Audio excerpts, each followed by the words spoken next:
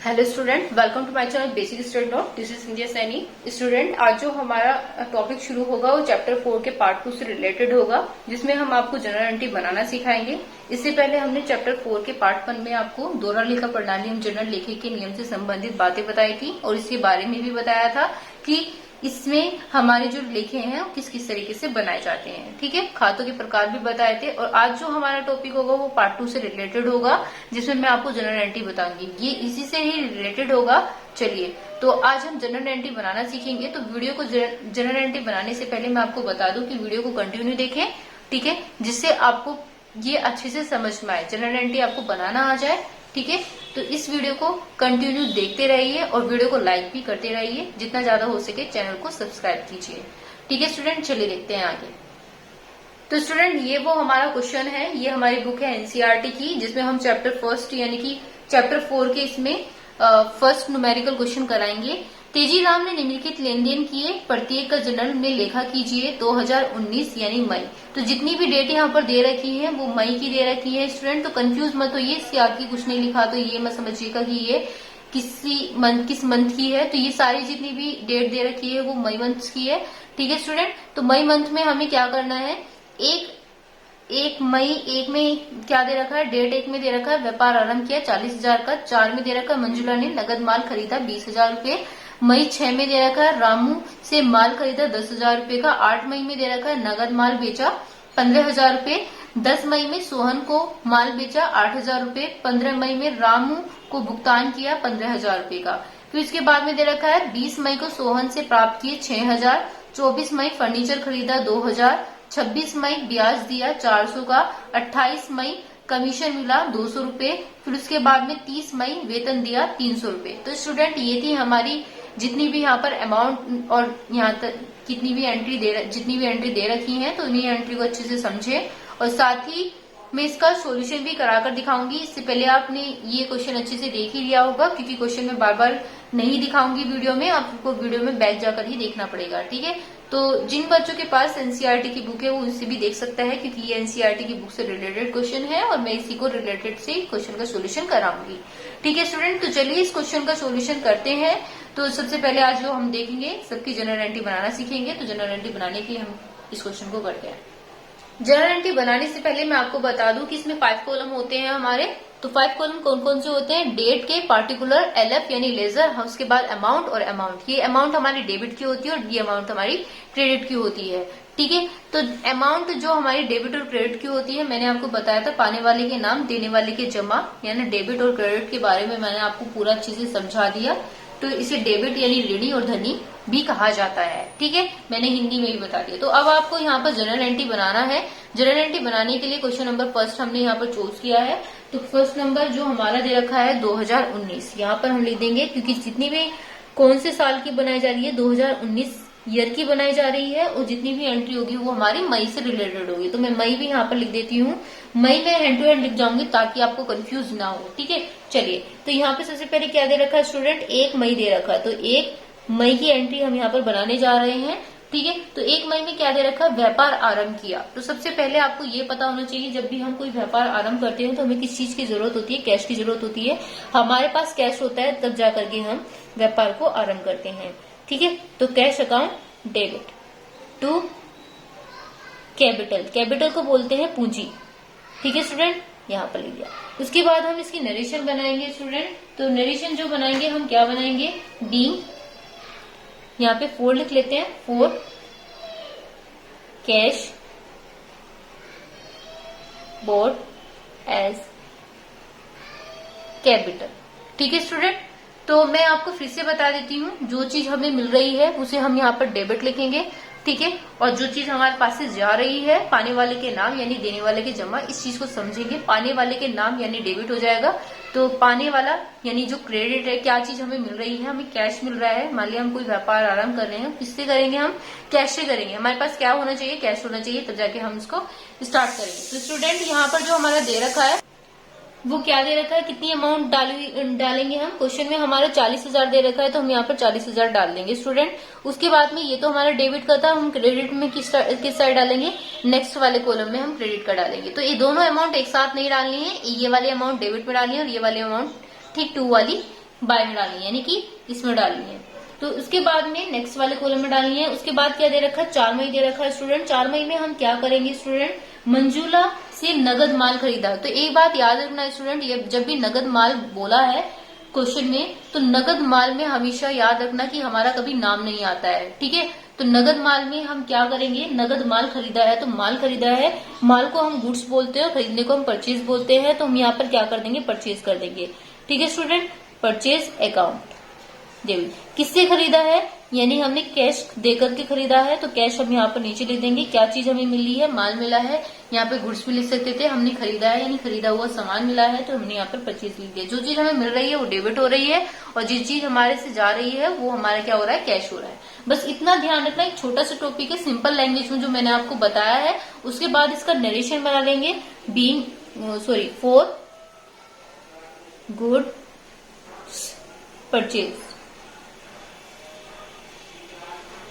ठीक है स्टूडेंट। यहाँ पे हम फ्रॉम मंजुला भी लिख सकते थे, लेकिन नगद बोला था तो हमने यहाँ पर ऐसे ही छोड़ दिया। ये कितना था, हमारा क्वेश्चन में कितना दे रखा है, 20,000 का दे रखा है, तो 20,000 वाली अमाउंट हमने यहाँ पर लिख दी, डेबिट में भी और क्रेडिट में भी। उसके बाद स्टूडेंट हमारा 6 मई दे रखा है। 6 मई में हमारा क्या बनाएंगे हम स्टूडेंट, मई 6 में हमारा जो दे रखा है, रामू से माल खरीदा। तो स्टूडेंट रामू से हमने क्या खरीदा है, माल खरीदा है। माल को हम क्या बोलते हैं, गुड्स बोलते हैं। या तो हम यहाँ पे गुड्स लिख लें या फिर हम यहाँ पर परचेज लिख लें। तो मैं यहाँ पर परचेज लिख देती हूँ, अकाउंट डेबिट टू रामू। किससे खरीदा हमने, रामू से खरीदा। एक बात और समझ लीजिए, जब भी नाम आए तो नाम के आगे हम कभी अकाउंट नहीं लिखते हैं, तो हम यहाँ पर अकाउंट नहीं लिखेंगे, ठीक है। चलिए इसकी पहले नरेशन बना लेते हैं। फॉर गुड परचेज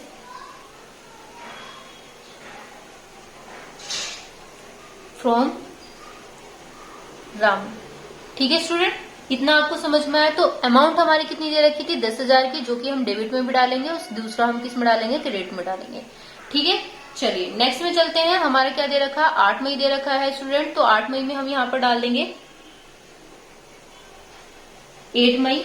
कितना दे रखा है, नगद माल बेचा है। तो नगद माल बेचने को क्या बोलते हैं स्टूडेंट, हम सेल बोलते हैं, ठीक है। तो किस चीज से बेचा है हमने, क्या बेचने के बाद हमें क्या मिल रहा है, हमें कैश मिलता है, ठीक है। जब भी हम कोई सामान बेचते हैं तो हमें कैश मिलता है। उसके बाद हम क्या लिखेंगे, बेचने को सोल्ड लिखेंगे, सोल्ड अकाउंट। फिर इसके बाद में हम इसकी नरेशन भी बना देंगे, फॉर गुड्स सोल्ड, ठीक है। नरेशन हमने यहाँ पर बना दी है। अब अमाउंट कितनी थी हमारी, 15,000 थी, तो हम यहाँ पे 15,000 स्टूडेंट यहाँ पे लिख देंगे, यानी 15,000 डेबिट में भी डालेंगे और हम क्रेडिट में भी डाल देंगे। उसके बाद हमारी 10 मई में क्या दे रखा, सोहन को माल बेचा है। तो स्टूडेंट 10 मई में सोहन को माल बेचा है। बस इतना ध्यान रखना, किसको बेचा है, सोहन को बेचा है। तो किसको मिला है, सोहन को मिला है। तो जिसको मिला है वो ऊपर नाम लिख देंगे, सोहन डेबिट। अकाउंट नहीं लगाएंगे, मैंने बोला था जब भी नाम आए हम अकाउंट नहीं लगाते हैं। फिर हम यहाँ पर क्या लिखेंगे, सोल्ड लिखेंगे, यानी कि सेल लिखेंगे, ठीक है। अकाउंट यहाँ पर क्या करेंगे, फॉर गुड्स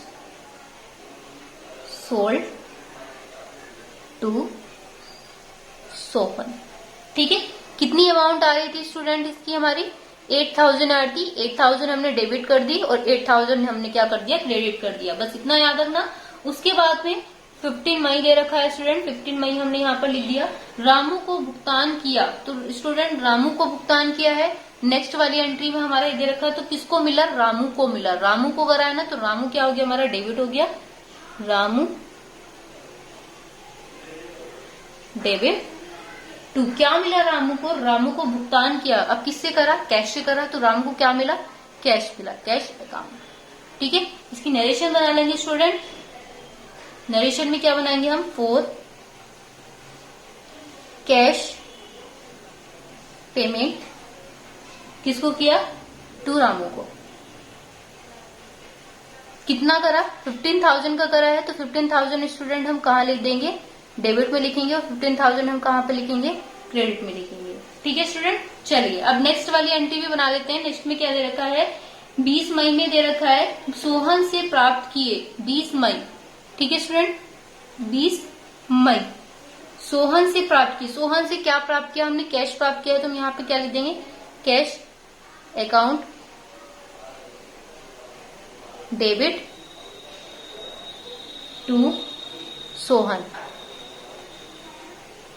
ठीक है, अकाउंट हम नहीं लिखते हैं नाम के आगे, जैसे कि मैंने आपको बताया था, इसकी नरेशन बना लेते हैं हैंड टू हैंड। 4 हम यहाँ पर बीइंग भी लिख सकते हैं, 4 भी लिख सकते हैं। ठीक है, इतना ध्यान रखना है, यहाँ पे बीइंग भी लिख सकते हैं हम, यहाँ पर 4 भी लिख सकते हैं। तो यहाँ पर बार बार जो बीइंग लिखा जा रहा है, तो इसलिए ये मत समझना कि ये गलत हो रहा है, ये सही है, मतलब एक तरीके से बस इतना याद रखना है, यहाँ पे बीइंग भी लिख सकते हैं हम, यहाँ पे 4 भी लिख सकते हैं। तो 4, उसके बाद में हम इसकी नरेशन बना लेते हैं, कैश रिसीव, शॉर्ट में लिख दिया, फ्रॉम सोहन। ठीक है, तो कितना है, 6000 है। 6000 हम कहां पर लिखेंगे, डेबिट में भी, और उसके बाद हम किस में लिखेंगे, क्रेडिट में भी लिखेंगे। इतना आपको समझ में आया। उसके बाद नेक्स्ट जो दे रखी है हमारी स्टूडेंट, 24 मई दे रखी है, तो 24 मई में यहाँ पर लिख देती हूँ 24 मई। यहाँ पर क्या दे रखा है, फर्नीचर खरीदा है। तो स्टूडेंट जब भी हम कोई फर्नीचर खरीदते हैं तो हमें क्या मिलता है, फर्नीचर ही मिलता है खरीदने के बाद में। ठीक है, फर्नीचर अकाउंट, डेबिट किससे खरीदा है हमने, कैश से खरीदा है, तो कैश अकाउंट। उसके बाद में हम इसकी नरेशन बनाएंगे, बीइंग बना लेते हैं। चलो मैंने जैसे बताया था, बीइंग लिख लें या 4 लिख लें, बीइंग लिख लें या 4 लिख लें, एक ही बात होता है।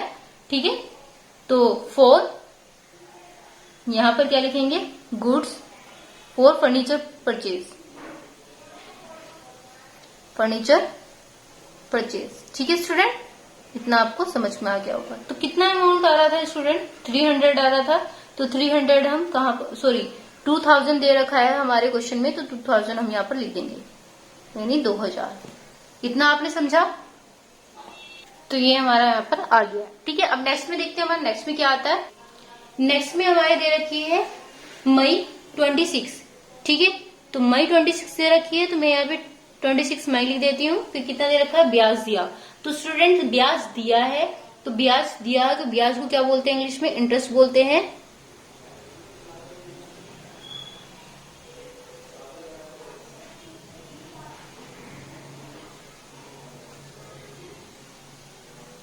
टू कैश अकाउंट, किससे दिया है, कैश से दिया है। ठीक है, अब यहां पर हम क्या बनाएंगे, 4 कैश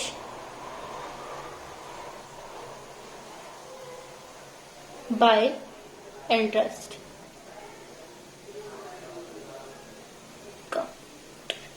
ठीक है, यहाँ पे ये कितना हो गया, कितनी अमाउंट आनी है स्टूडेंट, 400 आनी है। 400 हमारा डेबिट में जाएगा और 400 हमारा किस में जाएगा, क्रेडिट में जाएगा।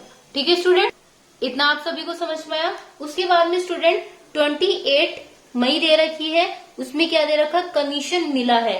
तो स्टूडेंट कमीशन मिला है, वो किस रूप में मिला है, कैश के रूप में मिला है। तो cash account debit to commission,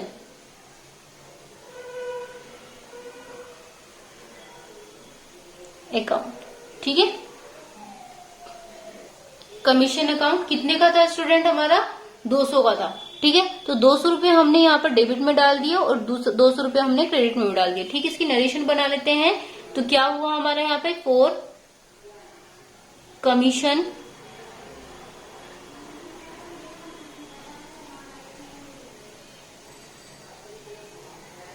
receive, यानी कि मिला है, प्राप्त हुआ है।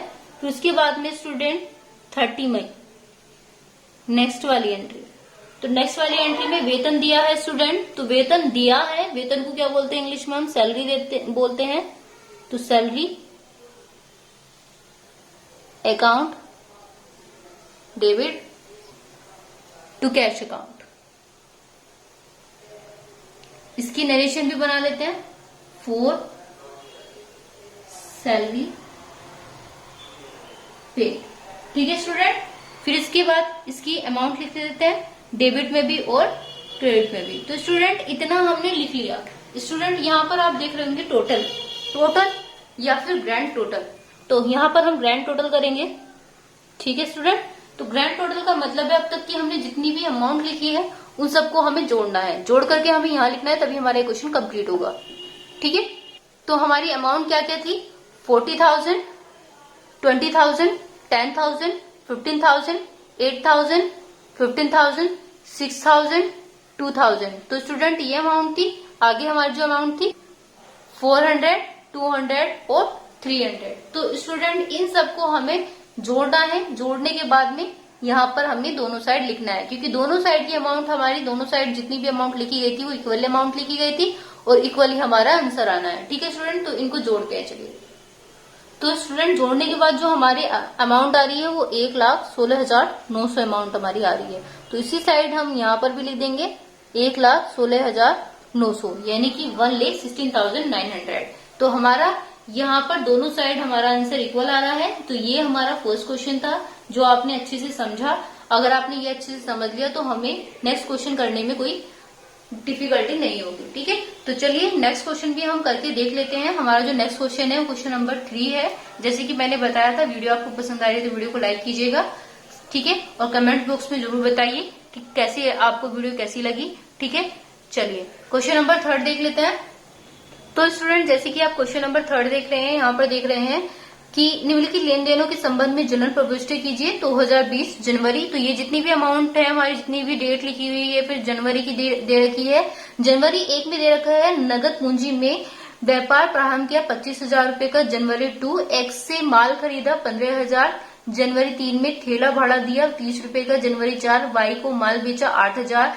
जनवरी 6 नगद बिक्री हुई 2,000 की। जनवरी 7 व्यापार के लिए तिजोरी खरीदी 500 रुपए। जनवरी 9 वाई ने माल वापस किया 400 रुपए का। जनवरी 10 वाई ने भुगतान दिया 5,000 रुपए का। जनवरी 12 एक्स को भुगतान दिया 10,000। जनवरी 15 मजदूरी चुकता की 200 रुपए की। फिर इसके बाद में दे रखा है 2020 जनवरी, ये भी जनवरी की है। फिर इसमें क्या करेंगे, जनवरी 18 नगद माल खरीदा 3,000 रुपए का। जनवरी 20 में डाक व्यय चुकता किया 35 रुपए। जनवरी 25 जेड को नगद माल बेचा 2500 रुपए। जनवरी 28 निजी व्यय के लिए 300 नगद और 200 नगद लिया 500 रुपए। फिर जनवरी 30 में डब्ल्यू को माल बेचा 3,000। जनवरी 31 वेतन चुकता किया 250। जनवरी 31 किराया दिया 300 रुपए का। और जनवरी 31 में ही हमारा क्या हुआ, दुकान चुकता किया, यानी कि खर्च चुकता किया, वो कितने रुपए का दे रखा है, 250 का दे रखा है। तो स्टूडेंट ये था हमारा क्वेश्चन नंबर 3 जो कि अभी आपने अच्छे से पूरा पढ़ा। ठीक है, चलिए अब इसका ही सॉल्यूशन करेंगे। एक एक एंट्री आपने अच्छे से देख ली है, क्योंकि क्वेश्चन हम दोबारा से वीडियो में नहीं दिखाएंगे। अगर आपको क्वेश्चन देखना है तो वीडियो को बैक करके देखिएगा। ठीक है, चलिए अब इस क्वेश्चन को हम करते हैं। जैसे कि मैंने बताया तो कोई भी क्वेश्चन स्टार्ट करने से पहले जनरल एंट्री का हमें 5 कॉलम बनाना है। Date, particulars, LF, amount, amount. ठीक है, जितनी भी एंट्री हम बनाते जाएंगे उसके नीचे लाइन जरूर खींचते जाएंगे, इतना ध्यान रखिएगा। ठीक है, तो हमारा सबसे पहले जो दे रखा है वो जनवरी से है। जितनी भी एंट्री हमारी बनाई जाएगी यहाँ पर स्टूडेंट, तो सबसे पहली एंट्री हमारी क्या दे रखी है, 2020 जनवरी दे रखी है। तो मैं यहाँ पर 2020 लिख लेती हूँ। ठीक है, उससे पहले यहाँ पर जनवरी भी लिख लेती हूँ ताकि बार बार ना लिखना पड़े। ठीक है, तो मैंने यहाँ पर जनवरी लिख दिया। तो जनवरी हमारी क्या है, 1 है। तो बस अब आप हम यहाँ पर डेट, ओनली डेट लिखेंगे। ठीक है, ना कि मंथ लिखेंगे और ना ही सन लिखेंगे। मंथ और सन हमने यहाँ पर लिख दिया है सबसे ऊपर। बस हम यहाँ पर नंबर लिख के चले जाएंगे कौन सी डेट का है। ठीक है स्टूडेंट, तो जनवरी 1 में हमारा क्या दे रखा है, नगद पूंजी से व्यापार प्रारंभ किया। जब भी हम कोई नगद पूंजी से व्यापार प्रारंभ करते हैं तो हम किससे करते हैं, कैश से करते हैं। तो cash account debit to capital. ठीक है स्टूडेंट, इतना आपको समझ में आया, कैपिटल अकाउंट। तो हम सबसे पहले स्टूडेंट यहाँ पर हम क्या लिखेंगे, 4 स्टार्टेड बिजनेस स्टार्ट कर रहे हैं स्टूडेंट। किससे कर रहे हैं हम, विद कैश से कर रहे हैं। तो कैश हमने यहाँ पर लिख दिया। तो स्टूडेंट कितने रुपए दे रखा था, 25,000 रुपए दे रखा था। तो 25,000 रुपए हम डेबिट में भी डालेंगे और 25,000 रुपए हम किस में डालेंगे, क्रेडिट में भी डालेंगे। ठीक है, नेक्स्ट में जो स्टूडेंट दे रखा है 2 में दे रखा है, जनवरी 2 में क्या दे रखा है हमारा, एक्स से माल खरीदा है। तो एक्स से माल खरीदा स्टूडेंट, परचेज मैं यहाँ पर लिख देती हूँ, परचेज अकाउंट डेबिट। तो स्टूडेंट जैसे कि मैंने बताया था कि यहाँ पर हम परचेज भी लिख सकते हैं और गुड्स भी लिख सकते हैं। गुड्स बोलते हैं माल को, परचेज बोलते हैं हम खरीदने को। ठीक है, तो किससे खरीदा स्टूडेंट, हमने एक्स से खरीदा है। तो मैं यहाँ पर एक्स लिख देती हूँ। मैंने कहा था जब भी कोई नाम आए तो उसके आगे हम अकाउंट नहीं लिखते हैं, तो हम यहाँ पर अकाउंट नहीं लिखेंगे। ठीक है, तो यहाँ पर इसकी नरेशन बना लेते हैं, 4 परचेज गुड्स फ्रॉम एक्स। इतना आप सभी को समझ में आया। तो कितनी अमाउंट आनी है स्टूडेंट उसकी? 15,000 हमारी दे रखी है, तो 15,000 हम यहाँ पर लिख देंगे, डेबिट में भी और क्रेडिट में। नेक्स्ट में देखते हैं स्टूडेंट, नेक्स्ट में हमारा क्या दे रखा है? नेक्स्ट में हमारा 3 में दे रखा है ठेला भाड़ा दिया। तो ठेला भाड़े को हम स्टूडेंट इंग्लिश में क्या बोलते हैं? कैरिज बोलते हैं। तो मैं यहाँ पर इस तरीके से बस ये जनवरी के लिए मैं ये लगाती जा रही हूँ, इससे आप समझ जाइए कि ये जनवरी का मीनिंग है। ठीक है, तो यहाँ पर ठेले भाड़े को हम क्या बोलते हैं? कैरिज बोलते हैं। Carriage account debit to cash account. ठीक है, इसकी जो नरेशन बनेगी, for paid carriage in cash. ठीक है स्टूडेंट, तो अमाउंट कितनी दे रखी है? वो 30 रुपीज दे रखी है। डेबिट में भी डालेंगे और हम किस में डालेंगे? क्रेडिट में भी डालेंगे। ठीक है, इतना आप सभी को समझ में आया। चलिए नेक्स्ट में देख लेते हैं। नेक्स्ट में क्या दे रखा है? 4 जनवरी में वाई को माल बेचा। 4 जनवरी में वाई को माल बेचा। ठीक है, तो वाई को माल बेचा है, तो वाई को मिला है, यानी वाई डेबिट हो जाएगा। ठीक है, उसके बाद में हम क्या करेंगे? सेल कर रहा है हमने, यहाँ पर सेल लिख लेंगे। ठीक है, यहाँ पर हम सेल की जगह पर गुड्स भी लिख सकते हैं, लेकिन माल बेचा है हमने, यहाँ पर सेल लिख दिया, एक ही बात है। चलिए इसकी नरेशन भी बना लेते हैं। For sold goods to Y. कितनी अमाउंट आ रही है? बुक में जो हमारी दे रखी है 8,000 दे रखी है, तो स्टूडेंट हम यहाँ पर 8,000 यहाँ पर लिख देंगे। ठीक है, डेबिट में भी और किस में लिखेंगे? हम क्रेडिट में भी लिखेंगे। इतना आप सभी को समझ में आया। अब नेक्स्ट में हमारे स्टूडेंट क्या दे रखा है? जनवरी 4 तो हो चुकी है हमारी, जनवरी 6। जनवरी 6 में हमारा स्टूडेंट क्या दे रखा है? नगद बिक्री हुई। तो नगद बिक्री हुई, कैश अकाउंट डेबिट। जब भी हम कोई बिक्री करेंगे यानी कोई चीज बेचेंगे, तो बेचने के बाद हमें क्या मिलेगा? कैश मिलेगा। फिर यहाँ पर क्या लिखेंगे? सेल लिखेंगे। सेल करा था हमने, फिर यहाँ पर फॉर गुड सोल्ड। कितने अमाउंट आएगी स्टूडेंट हमारी? 2,000 आएगी, डेबिट में भी और क्रेडिट में भी। ठीक है स्टूडेंट, इतना आप सभी को समझ में आया। अब नेक्स्ट में देख लेते हैं। नेक्स्ट में क्या दे रखा है? 7 दे रखा है, जनवरी 7 दे रखा है। जनवरी 7 में हम क्या करेंगे स्टूडेंट? जनवरी 7 यानी व्यापार के लिए तिजोरी खरीदी। तो स्टूडेंट जो तिजोरी है उसे आयरन सेफ बोलते हैं। तो आयरन सेफ में यहाँ पे लिख देती हूँ, account debit to cash account. ठीक है स्टूडेंट, अब यहाँ पर मैं इसकी नरेशन भी बना लेती हूँ। For iron safe purchase for cash. ठीक है स्टूडेंट, इसकी नरेशन बन गई। अमाउंट कितनी दे रखी है? 500 की दे रखी है, तो हम यहाँ पर डेबिट में भी और क्रेडिट में भी दोनों में डाल देंगे। इतना आप सभी को समझ में आया। चलिए 9 जनवरी और दे रखी है, 9 जनवरी में देख लेते हैं। 9 जनवरी में बोला है हमसे कि वाई ने माल वापस किया। जब भी हम कोई माल वापस करते हैं यानी बिका हुआ माल वापस करते हैं, sale return account debit to Y. इसकी भी नरेशन बना लेते हैं। For goods return by Y. ठीक है स्टूडेंट, इसकी जो अमाउंट है वो कितनी है? 400 है, डेबिट में भी और क्रेडिट में भी दोनों साइड हम डालेंगे। इतना आपको समझ में आया। नेक्स्ट एंट्री है हमारी, नेक्स्ट है 10 जनवरी। ठीक है, तो मैं यहाँ पर जनवरी 10 लिख देती हूँ। क्या है हमारा अमाउंट? वाई ने भुगतान किया। तो वाई ने भुगतान किया है, तो सिंपल सी बात है, वाई ने भुगतान दिया है ना कि किया है। ठीक है, तो वाई ने भुगतान दिया, तो क्या लिखेंगे student? Cash account debit to Y. तो वाई को तो मिला नहीं है, तो हम यहाँ पर क्या लिखेंगे? Cash account debit to Y. ठीक है, कितने का? 5,000 का। तो मैं यहाँ पर 5,000 लिख देती हूँ, डेबिट में भी और क्रेडिट में भी। ठीक है, इसकी अमाउंट और बना लेते हैं, नरेशन और बना लेते हैं। B for cash receive from Y. Next में जनवरी 12 दे रखी है।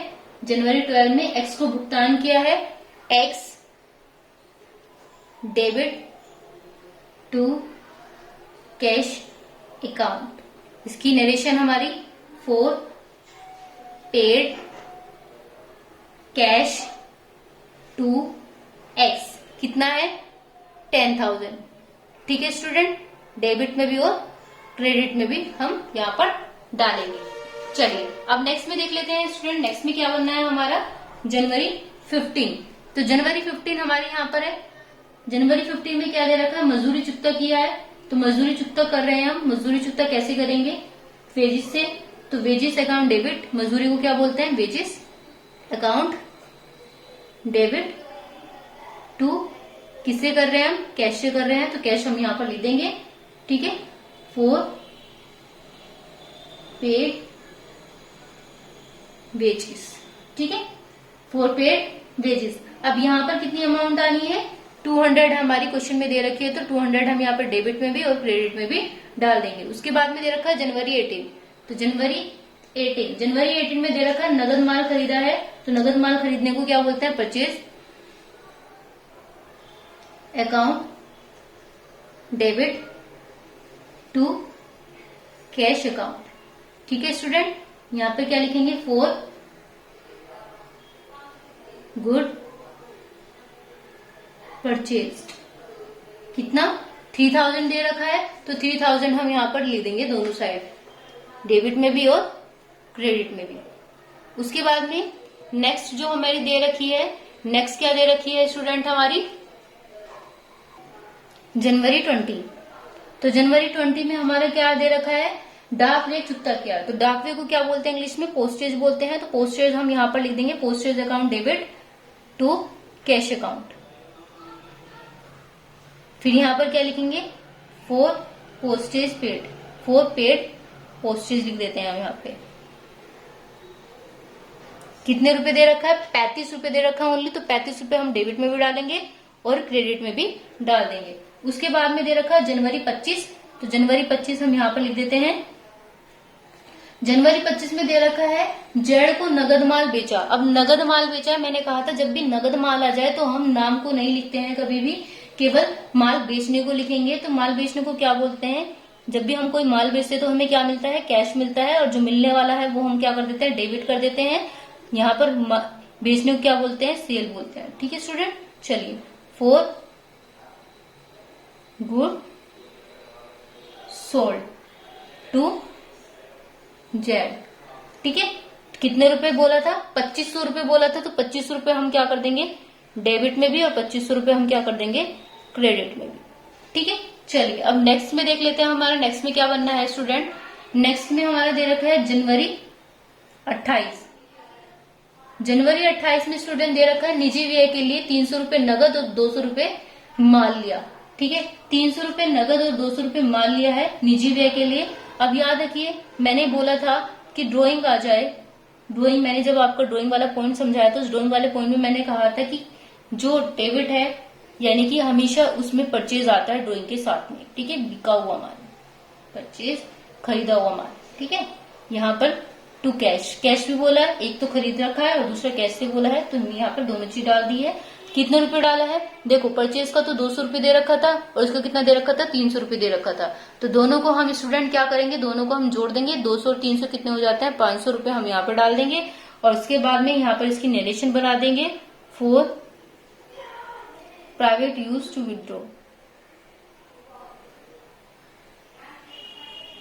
यूज